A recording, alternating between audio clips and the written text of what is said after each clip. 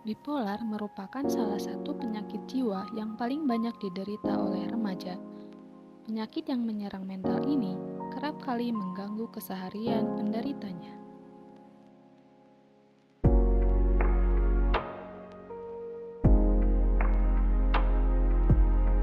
Bipolar disorder ini kalau kita lihat adalah dulu namanya itu manik depresif ya. Jadi ada kondisi manik dan ada kondisi depresi yang saling bergantian gitu.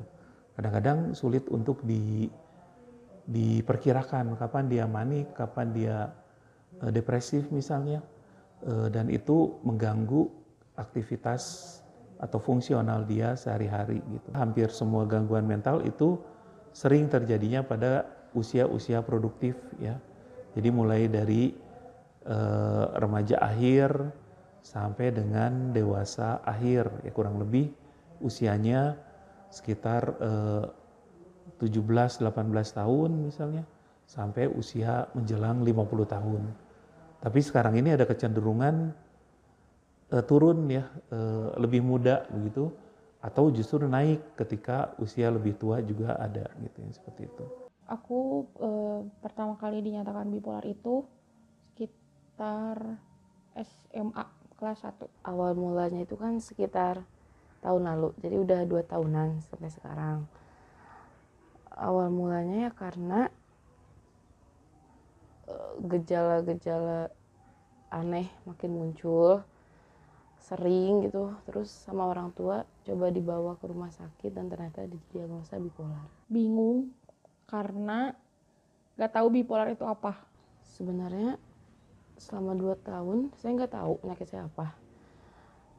Nggak 2 tahun sih, kayak sekitar 1 tahun pertama tuh nggak tahu penyakitnya apa, karena orang tua nggak pernah ngasih tahu apa nama penyakitnya, karena emang waktu 1 tahun pertama itu kan masih labil, masih turun naik emosinya. Terus kalau misalnya dikasih tahu mungkin takut malah makin down, jadi nggak pernah dikasih tahu. Dan baru tahu-taunya itu kayak sekitar beberapa bulan yang lalu ya, sekitar 9 bulan yang lalu. Dan perasaannya ya karena udah ngelaluin masa pengobatan yang lumayan panjang, perasaannya jauh lebih legowo sih saat tahu.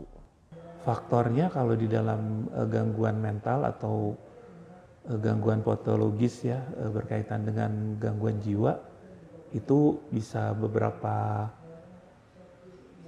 sumber ya gitu. Sumbernya yang utamanya ada sumber dari kepribadiannya, lalu ada bersumber juga dari lingkungannya. Misalnya dari dirinya mungkin ada predisposisi, daya tahannya kurang misalnya ya, lalu tidak tahan menghadapi stres begitu, punya sensitivitas yang juga terlalu tinggi misalnya seperti itu dari sisi personalnya.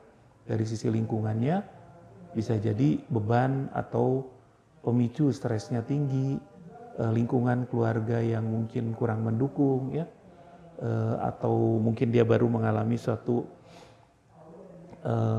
kondisi yang tidak nyaman begitu, atau suatu kondisi putus cinta atau tidak lulus, drop out dan lain sebagainya.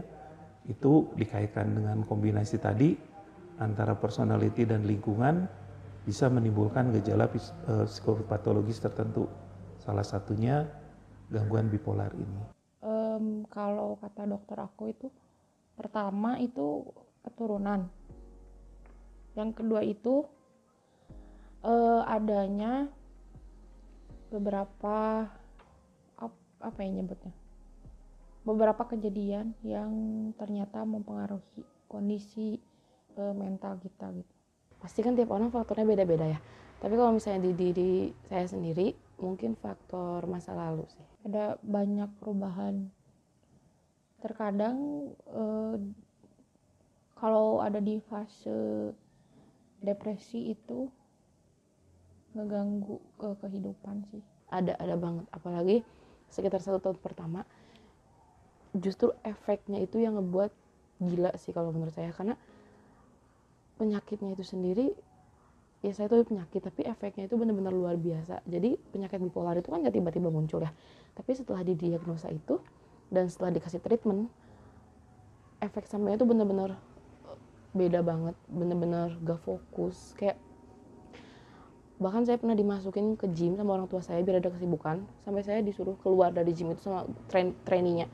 Karena mata kamu tuh aneh, mata kamu tuh nggak hidup. Jadi bener-bener selama setahun itu saya tuh nggak bisa ketawa, nggak bisa ngapa-ngapain, pokoknya matanya bener-bener kosong. Mau lagi ngobrol, mau lagi kumpul, di otak tuh nggak ada pikiran apa-apa, bukan sedih, bukan apa ya, tapi nggak ada pikiran apa-apa aja. Sebenarnya sampai sekarang juga aku nggak tahu cara nyatasin gejalanya.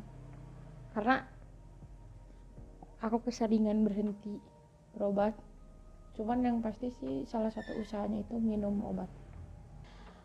Bukannya munafik, tapi jujur cara saya itu mendekatkan diri kepada Allah. Kalau mama, yang aku inget sih mama kayak sedih sih kelihatannya. Kalau teman-teman lebih kayak nggak nyangka, kayaknya gitu. Waktu awal-awal mereka care banget ya kalau misalnya buat sahabat awal-awal. Tapi kalau buat keluarga ya terus ngedukung sampai sekarang. Kalau misalnya respon sih ya mereka nggak ngejauh, nggak gimana, malah ngasih semangat sih.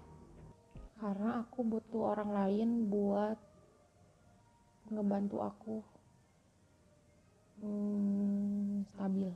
Karena ya, saya deket sama mereka, jadi rasanya kayak ada tanggung jawab, bukan tanggung jawab, kayak ada perasaan kalau saya nggak ngasih tahu justru kayak mereka sedih nggak sih kalau nggak tahu tentang keadaan saya yang kayak gini gitu. Awal-awalnya aku takut kehilangan teman. Tapi berjalannya waktu aku percaya kalau misalnya mereka berani bertanya, berarti mereka sedang mencoba belajar untuk mengerti aku. Karena mereka percaya, terus oh berarti aku udah ada temen gitu. Awal-awal nggak suka ya, males banget itu harus cerita, kayak kalau ditanya kayak emang gimana sih gejalanya, emang gimana sih efeknya, ya nggak mau gitu karena buat sedih pastinya, buat nangis gitu, jadi nggak mau. Tapi kalau sekarang sih kalau ditanya gimana ya mau cerita, seneng cerita, apalagi kalau misalnya orangnya ngedengar saran-saran dari saya sih lebih seneng lagi. Mungkin mereka mencoba membantu aku, misalnya kalau aku lagi ngedown gitu, kayak kalau aku lagi ngerasa sedih mereka bantu ngehibur atau setidaknya kayak ngebantu aku ngeluarin emosi gitu. Dukungannya baik, maksudnya mereka yang dukung. Kayak waktu awal-awal, waktu di diagnosa ini, teman-teman terdekat saya sering kayak ngasih selfie gitu, kayak semangat ya, kayak they will pass, kayak gitu-gitu. Banyak, karena bipolar itu kan terbagi jadi 2 fase. Yang pertama tuh fase manik, yang kedua itu fase depresi. Kalau fase manik itu sebenarnya di aku pribadi tidak begitu mengganggu. Paling aku cuman agak jahil doang, jadi agak membahayakan orang gitu. Atau aku paling nggak bisa tidur karena kayak terlalu bersemangat. Tapi yang membahayakan ini tuh kalau aku fase depresi, karena aku tipe yang fase depresinya tuh itu bisa berlangsung lebih lama, entah itu berminggu-minggu bahkan berbulan-bulan gitu. Dan fase depresi ini bisa bikin aku kayak aku nggak mau makan gitu, aku nggak mau ngurus diri aku sendiri, aku nggak semangat belajar, bahkan tidak fokus untuk belajar. Jadi besar sedikitnya itu cukup mempengaruhi juga performa aku dalam belajar di kampus gitu. Terus selain itu juga hubungan pertemanan pun juga cukup terganggu karena biasanya jadi lebih sensitif. Kadang sampai di titik nggak mau ketemu orang, jadi agak kesulitan juga. Misalnya harus punya kewajiban, misalnya aku harus ke kampus atau aku harus presentasi, ketika fase depresi itu cukup mengganggu sih sebenarnya. Efek sampingnya yang ngebuat kesulitan menjalani hidup, kayak perubahan-perubahan yang terjadi buat sulit buat ngejalanin hidup, kayak berat aja gitu. Jadi buat teman-teman yang sebaya aku, pertama, buat kamu yang merasa kenapa ya aku sedih berlarut-larut, kenapa ya kepalaku kayak penuh banget, mungkin ini saatnya kamu pergi ke profesional. Jangan takut, karena in the end of the day yang tersisa tuh cuman kamu dan diri kamu kan. Jadi kalau kamu nggak mulai buat nyelamatin diri kamu, ya siapa yang mau nyelamatin diri kamu. Terus yang kedua, buat kalian yang lagi